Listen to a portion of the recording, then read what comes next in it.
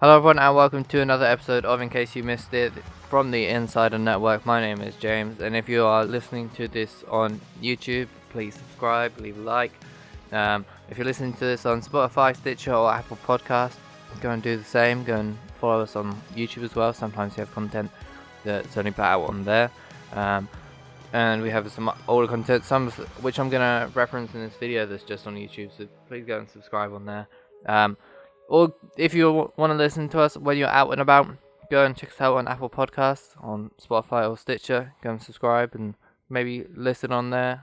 A little bit of an easier way sometimes to listen to a podcast.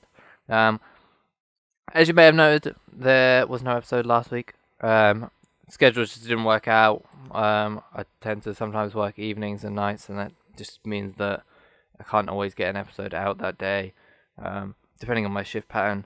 It was also a slow week for news anyway, as was this week, but putting the 2 weeks together kind of made it so there's enough for an episode. So as always, I'm going to start with trailers. The trailers being, we got a second trailer for Cats. Obviously much talked about the first trailer when we got to see the first look at it, kind of stole Comic-Con a little bit the weekend that it was released. And I think there's a lot of excitement about it. It seems like we're getting a musical every year around Christmas now. It makes sense. The families will go and watch this. You look at what The Greatest Showman did the other year. I think it's going to be a similar sort of thing. I know we've also got West Side Story next year. So it's a successful time for musicals. So it makes sense that this is going to... And I think this is going to do well at the box office, even against... Star Wars. I think people will watch both. I think purely intrigue is going to get them, and obviously different demographics will watch them anyway. As far as the trailer goes, I think it's a really bad trailer. None of the jokes in there work for me. I don't think it's particularly well edited. Some of the lines, the dialogue that you get in there just felt out of place and felt weirdly put in, weirdly timed. Particularly some of Jason Derulo's stuff felt odd. So you get a little bit more story if you don't know the story of Cats. Go and check this one out. But also just go and check it out to see how not to make a trailer. It just really didn't sell me, and if it wasn't for the weirdness looking of it and it being a known property, I think it would really struggle, and I think people would be really put off by it. But the fact it's a musical, the fact that people know of the production itself, I think, really lends to it, and what is the intrigue around this film anyway. It's a really big... I really don't like the trailer at all. Yeah, I am still going to check it out. As I said, there's the intrigue of it, and just to see what it looks like, this CG for an entire film. I'm purely intrigued on that. Otherwise, I don't know if I would watch it. I like to watch Star Wars quite a few times, so as much as I want to see everything, it would be difficult if I was in a different situation where I wasn't able to watch everything that comes out. Going from cats to dogs, the trailer that we're going to briefly talk about is the trailer for Call of the Wild, a Disney movie starring Harrison Ford, or 20th Century Fox movie, obviously now a Disney movie anyway. It's starring Harrison Ford, playing a Harrison Ford type that's all he seems to do nowadays. He played a dog in Secret Life of Pets 2. And I remember myself and Tommy watching that film for a couple of reasons, but Harrison Ford does play a dog in that very similar to himself. It felt like he didn't have to do much, like a grumpy old dog, and that's what he plays in that. And then he's playing a similar sort of character in this, grumpy old man teaming up with a dog. It's apparently a known novel, a legendary novel, it says in the trailer. I've never heard of it till now. This trailer doesn't particularly grab me. You kind of always get these films where they insert animals that will help save the day. They obviously do well enough. I think of like the Snow Dogs type of films. That's the last one that comes to mind. And I don't know. I just don't know particularly I don't think there's enough in there. It sort of looks interesting. It looks more like a Disney Plus type movie rather than a streaming movie rather than a cinema film. And I don't think people will go to. I don't think it'll do particularly well at the box office. Although I can't imagine it had a massive budget. It does give some story away. I think it's interesting. But I don't know if there's I think it focuses too much on the dog for me. We'll wait and see what the next trailer brings. If it a little bit more of Harrison Ford's perspective. But I know for a lot of particularly a younger audience, the dog will be the selling point of the film, so it makes sense to kind of lead with that to start with. It's a no for me, not as strong as a no as the Cats one, but I'm still very unsure on the film. The next trailer we got was for a new version of Emma, a Jane Austen novel. People would more likely recognize the story from when it was adapted into Clueless. A fact I learned while I was at uni, so I did learn something at university. It looks interesting. It's a really short trailer actually, starring Anya Taylor-Joy, Bill Nighy, and a few. It looks like quite a British cast, and it looks interesting actually. I like some of the shots in there. Cinematography wise, it looks interesting. It looks script looks interesting, but again, it kind of gets to this sort of time of year. I think it's got a release date of later this month. Now that we're in December, so I do wonder why. It might just have a big budget, marketing wise. So, it's interesting. I hadn't heard about it until I saw the trailer for this, and that just means it's not going to stand out. And it's interesting because I think there's been a few films starring Anya Taylor-Joy that have gone under the radar and not had big budgets. So she makes interesting choices, whether big budget or not. I think it does look interesting. I'll always try and check out any of these films anyway. But out of those, the 3 trailers so far, this is I'm gonna give it a yes. I'm interested enough. I don't. I've obviously seen Clueless, but I've never watched Emma itself, a version of this story. So I'm interested to check it out from that point of view and get the more typical Jane Austen time story. So it's a yes for me for the trailer for Emma.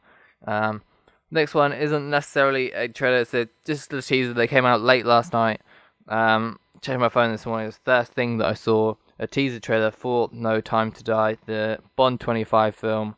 We now have a confirmed release date for the trailer, which will be on Wednesday. So not too long to wait until we get that one. Obviously, I think it's a March, April release for it, so I'm really looking forward to that. There'll be a big one that we'll talk about on next week's episode of In Case You Missed It. I also think it's Brazil Comic Con next week, and we know that Marvel often go to that, and I think Kevin Feige is confirmed to appear at that, so we might also get some Marvel announcements while we're there, as well as potentially a Black Widow trailer. So keep an eye out for those. That won't be till next weekend though. This week's headlines. Start off, or the last 2 weeks' headlines even, because the next one's kind of a little bit of a non-sort of story. We had conflicting reports about Joker getting a sequel or not getting a sequel. I think it was Hollywood Reporter first came out saying that there was going to be a sequel, and there's also going to be a universe of DC villain films. And then conflicting reports from other big outlets saying that no, there isn't going to be one. There's going to be no universe either. So it's interesting. You don't typically see this from big companies like the Hollywood Reporter and Variety coming out with different stuff. You tend to see them on the same sort of wavelength just because they're the bigger ones. And normally typically end up building off each other, really. So it's interesting that this is kind of said, the fact that it's crossed $1 billion is obviously means that it's definitely probably being talked about, and I imagine well, both a sequel for Joker and a universe of villain films. So it kind of makes sense to me. As far as what I would want to see, I don't particularly want to see a sequel to Joker. I don't think it's needed. I don't think it's necessary. I don't know what story you'd tell. I'm sure if Tommy were here, he'd make some joke about it being like them doing Goodfellas, a different Martin Scorsese film with the Joker instead. A universe of villain films, I think that's got a little bit more potential and something I would rather see. I imagine they'll probably go with Lex Luthor just because he's the next biggest name. Obviously, you've got Harley Quinn stuff already in the works with a different side of DC. So I think Luthor would make sense. I don't know what sort of side you'd go with that. We're going to talk a little bit more DC news later on in the show. So we'll get to perhaps some other DC ideas that they would. I think I'd rather see. There's a lot of Batman villains. I think would work. I think a Ra's al Ghul film would be very interesting. I think a Mr. Freeze film would be very interesting. I think Clayface would be interesting. I think Poison Ivy would work in today's world. I think there's a lot of really interesting characters there, and I think that speaks to a credit as to what DC tends to arguably have over Marvel, the stronger villains. Aside like the Spider-Man villains, which are always pretty strong as well. So we'll have to wait and see as to what a confirmation is. I imagine a lot of the audience who went and watched Joker will want to see what's good. Another one, see Joaquin Phoenix do another. I don't know whether he would. The reason he didn't sign on to Doctor Strange was because he didn't want to be in all these different Marvel films and have all these sequels and be tied down to do this. So, but whether it's more of a their trilogy sort of thing, he'd be more interested in than rather having to be in a trilogy of films and then an Avengers film and then another film and TV show or something like that. I think he probably would prefer to do just a straight trilogy. But he's a great actor. I'll watch anything Joaquin Phoenix does. If there's this interesting story there, then sure. I just don't want it to be what Hollywood tends to do at the moment, which is just put out a film just for the sake of it. I do get why they're definitely talking about it, but I don't want something like Frozen is a good example. They could have very easily capitalized that and tried to get out a sequel straight away. But they didn't. They waited 6-7 years, and they've got a really solid sequel out at the moment. Waiting for find the right story to tell. Obviously, animation also takes a little bit longer as well. But you see a lot of animation. They just turn them out quickly, just because they've already got a story on the go, and they're rushing these stories just because it made a little bit of money. As Hollywood does in general, I don't want that, especially from something that has gone on to do so well critically as well as with audience reactions. I don't know, we'll have to wait and see. I don't think we're going to get an announcement anytime soon, probably. I think DC are trying to work out everything else that's going on. Star Trek 4 has been spoken about a little bit. We did a video on what potentially we'd want to see from a Quentin Tarantino Star Trek quite a while ago now in August. So go and check that out if that's on our YouTube. But the Star Trek Beyond I really enjoyed. And there was talk after that about Hemsworth coming back, who plays Chris Pine's character's father even. And then it kind of got shelved for a bit, and now we know that Noah Hawley is coming on to direct, producer of Fargo, Legion, Lucy in the Sky. There's this only film so far which hasn't done very well, but he's got a proven track record with the likes of Fargo and Legion. So I think it's still an interesting choice. As I said with the Joker, if there's an interesting story with it, which there is, I really want to see more Star Trek films. Being a big sci-fi person, I'm always going to say that about any Star Trek property, sci-fi property. he seems like a talented man from his works. Really interesting stuff there. I haven't watched Fargo, but I've watched Legion, and I think it's really well made. And I'm definitely interested to see more Star Trek. Whether it's with Hemsworth and that time travel story that they kind of spoke about, there potentially being for the fourth one. We don't know. It's probably too soon to find out. But obviously, Star Trek's having a new life with Picard coming soon, and the TV show's doing well. So yeah, I'm interested. I really recommend. I know a lot of people that didn't watch Star Trek Beyond just because they didn't like Into Darkness, but I really recommend it. I thought it. Yes, it's the second best out of the new trilogy, but the first one's great. The Into Darkness not so great. Beyond, really really good. Really lots of fun. And should have won best makeup over Suicide Squad, but we don't need to talk about them. The next bit of news we got was Michael Jackson. A biopic is in the work about him. Not a particular surprise given the success of Bohemian Rhapsody. It's going to be made by the same people. But this also then brings up the question of what's the film going to be about?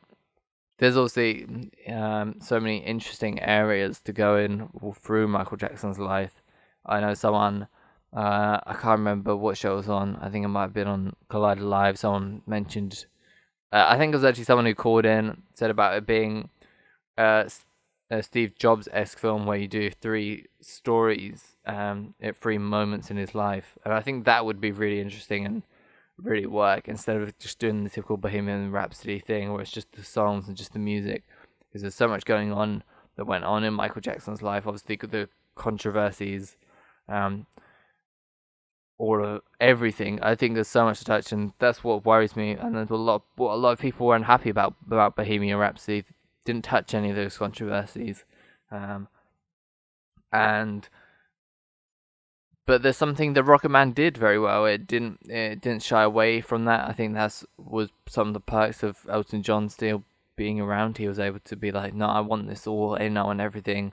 I want people to see who I really am and how I got to where he is. And I think people really respected that about the film and why it did so well critically and with audiences. I think people really, really enjoyed it. And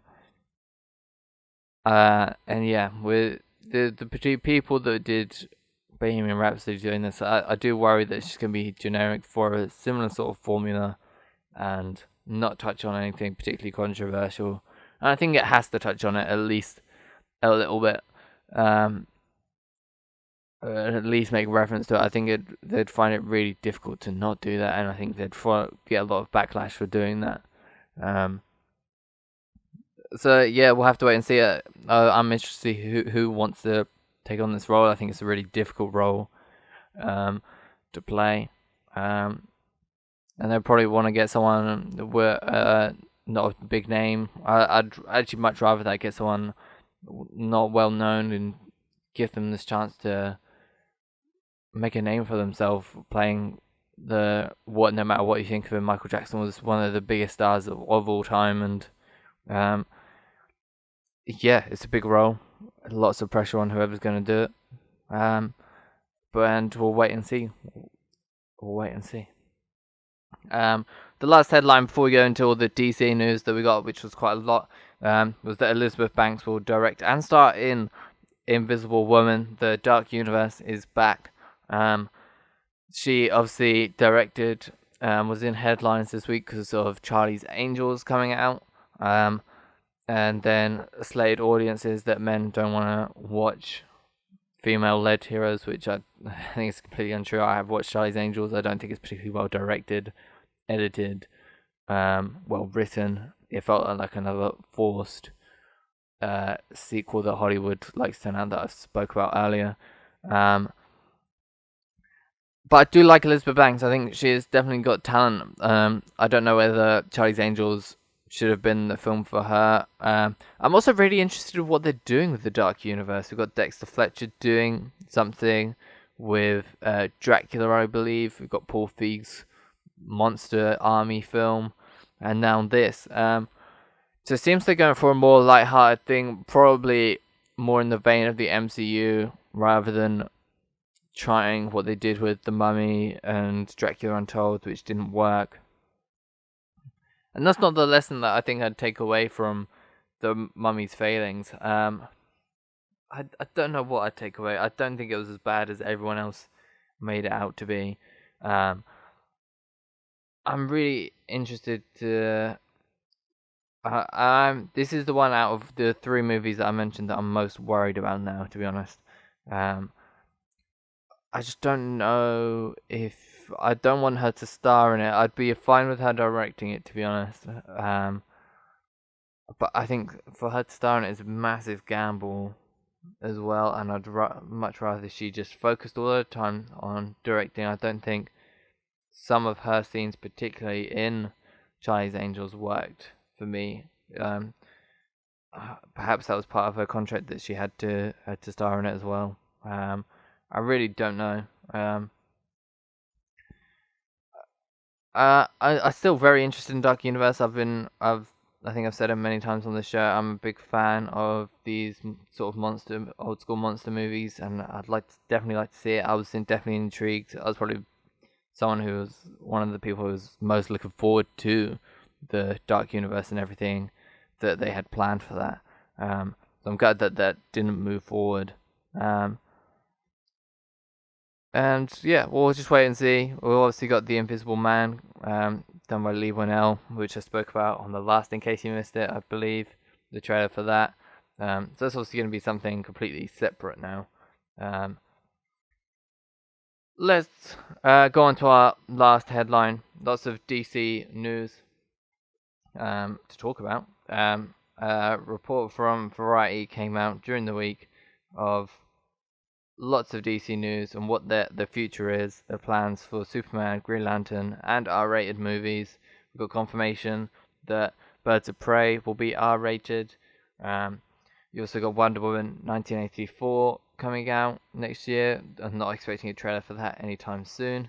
We got confirmation this week of John Turturro playing Falcone in The Batman. Another casting there, another great casting.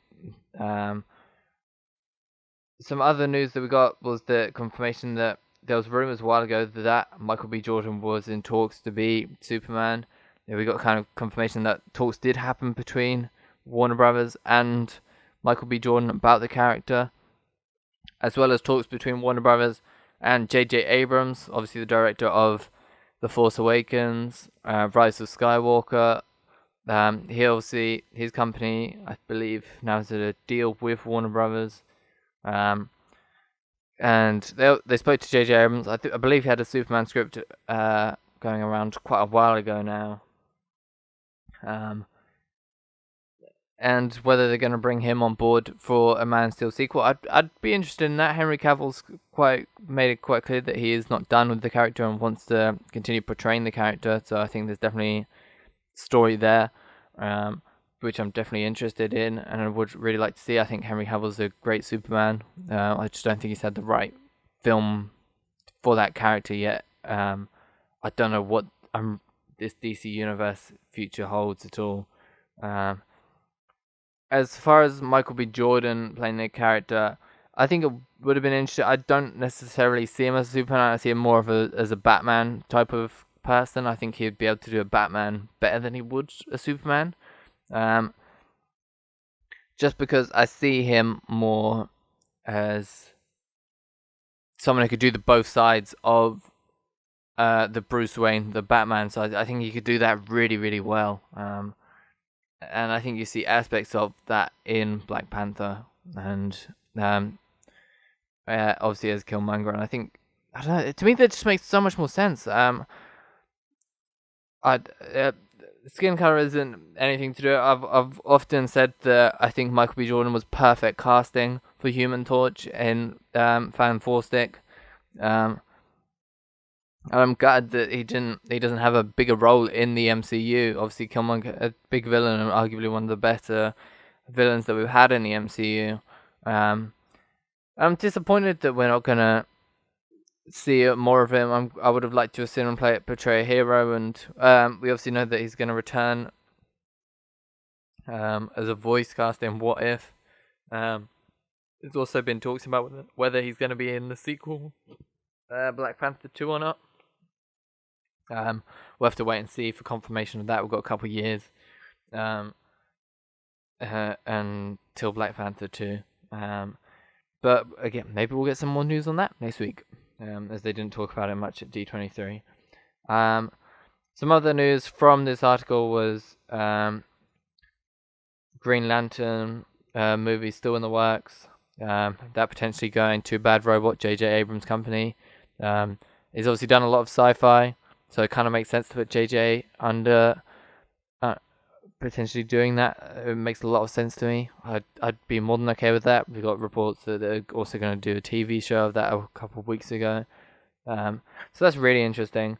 I'm glad to see that DC have got all these plans together. It looks like they're finally getting that structure that we wanted, and it looked like they didn't have that plan. So I'm really glad that they're moving forward to this. As I said, R-rated Birds of Prey. I think they're going to continue to do that. Obviously, having big success with Joker, as I spoke about already. And I think they're going to continue to do more of that. I think we've got confirmation that Suicide Squad, James Gunn's Suicide Squad, I think is going to be R-rated as well. The only other particular thing we got was that The Flash won't be shooting until 2021, I believe, until after Ezra Miller has finished work on the next Fantastic Beasts, which makes sense to me. I think Warner Brothers' priority probably is a little bit more Fantastic Beasts for Ezra Miller, just because I think they also just want to get this Fantastic Beasts universe done with, this trilogy done with. And then DC can focus on other things. They've got big plans. Obviously, next year you've got Birds of Prey and Wonder Woman, and then year after that, Batman. Yeah, that's kind of it for the news. Not that's it. More news, but not a great deal. Obviously, Thanksgiving this week, so not a little bit quieter.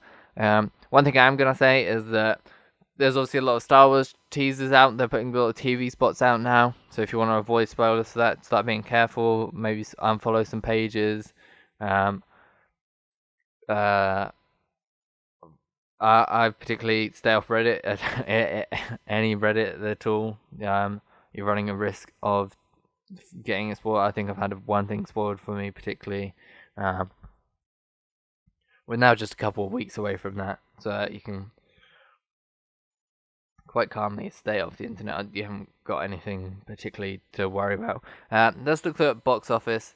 Quite a few films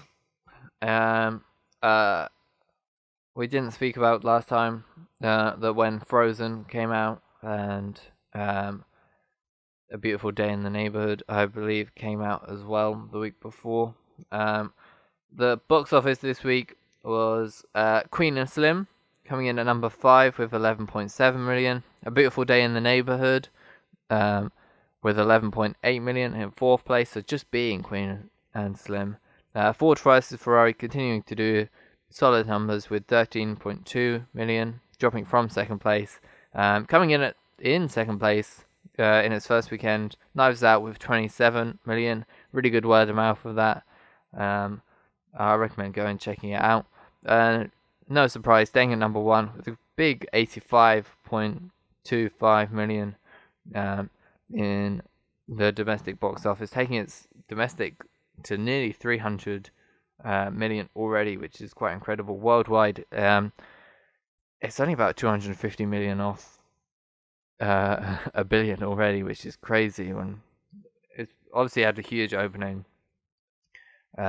Second week, no surprise that it's continued to do well, and I don't think anyone's not going to predict that it won't cross a billion as well. Another huge win for Disney. Just got to check what's out this week. I think it's a little bit of a quieter one. I think you've got some previews of Jumanji, perhaps. Playmobil the movie is coming out in America. I thought they'd already had that. We got it quite a while ago in the UK. I think we got it around August. But that's the only big one. The Aeronauts one that is something I've seen already. Nothing particularly big, so it's going to be a quieter weekend next weekend. And then after the week after is when you got some big ones. You got Jumanji, Rich Jewel, Black Christmas, Bombshell, Uncut Gems. And obviously the week after that, Star Wars and Cats, the big ones. And that's it for this week's show. As I said at the top, follow us on YouTube, Spotify, Apple Podcasts, and Stitcher. If you're listening to this, you're listening to us on one of those. So why not check us out on one of the others? See if there's any difference. There might be. Follow us on Facebook to get you'll keep up to date with trailers and film news. Let us know what you think of that. Same on Instagram, we're also on there, and Twitter as well. You can tweet at me, Floodgate28. Feel free to tweet at Tommy. Any questions you might have, he'll give some thoughts on any of the topics that we've discussed, and any topics we've discussed during this episode. And keep an eye out for that James Bond trailer during the week. Keep an eye out for any Marvel news that might come out next weekend. And we will see you then. And I look forward to talking about those next week. Thank you. Goodbye.